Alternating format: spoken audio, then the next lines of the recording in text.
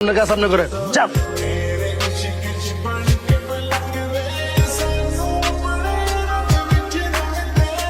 Uncle আমার বোনের মেয়ে তোর লিগা আর তোর এই মাইয়ার লিগা আমার পোলা আজকে সন্ত্রাসী কার্যক্রম ছেড়ে দিয়া ভালো মানুষের জীবনযাপন করছে। শুধু একা ছাড়েনি তো, ও আমাগরও ছাড়তে বাধ্য করছে।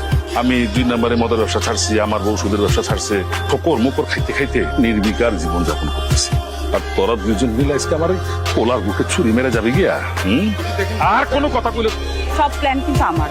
আমি আমার বাবাকে বলেছি এখান থেকে চলে যেতে, আমি ডিসিশন নিয়েছি। আপনার ছেলেকে আমি কেন বিয়ে করবো বলেন তো? সে তো আমাকে বাধ্য করেছে বিয়ের ডিসিশন নিতে। আমি তো তাকে কখনই বিয়ে করতে চাইনি। একটু ন্যূনতম শিক্ষাও নাই। আমি কেন একে বিয়ে করবো বলেন তো? আব্বা, তুমি আমারে ভালোবাসো? আমার জানের চেয়ে বেশি ভালোবাসে। আমি নিজে দায়িত্ব নিয়ে মেয়েটারে বিয়ে দিতে চাই।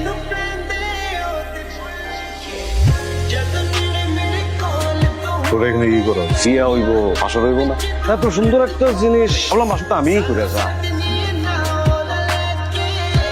টাকা খুব খারাপ জিনিস রে। আমি তো ভালো হইতে পারুম না।